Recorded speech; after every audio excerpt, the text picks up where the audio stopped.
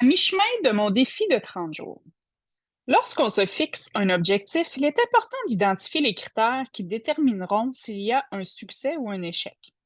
Il est également crucial de se rappeler pourquoi on le fait.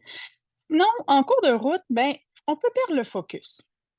J'écoutais Stéphanie Mété qui enseignait les communications, qui enseigne en fait les communications sur le web, et elle disait dans un de ses épisodes de son podcast que même si elle connaît un succès, parfois, elle continue de se demander est-ce que ça aide vraiment les gens?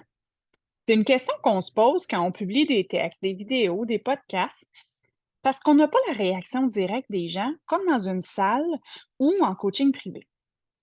C'est à ce moment-là qu'il est important de se rappeler pourquoi on a commencé. Mon pourquoi dans ce défi d'écrire un texte par jour pendant 30 jours, c'est d'intégrer la constance et oui, la discipline.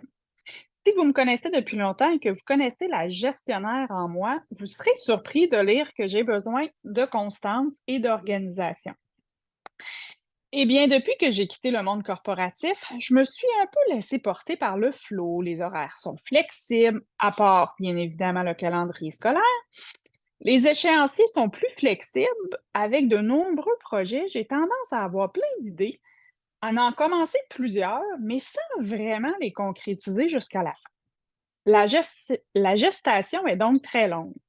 Tellement longue que ma carte horaire tirée aujourd'hui disait vous avez pris du retard. Bon, les jours passent, les projets avancent, mais pas aussi vite que quand je travaillais pour quelqu'un d'autre. J'étais performante, sans doute pour être appréciée et peut-être pour la peur de perdre ma sécurité d'emploi. Aujourd'hui, je suis ma propre gestionnaire, donc je réalise que je suis peut-être des fois un peu trop flexible avec moi-même. La discipline et la méthodologie pour faire avancer des projets, ça doit revenir un peu dans mon énergie.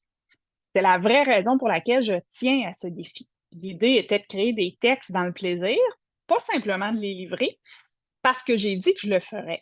Mais c'est là qu'il faut garder le plaisir dans le processus, sinon ça peut devenir très lourd. Alors toi, la question aujourd'hui, est-ce que tu te remets parfois en question à mi-parcours?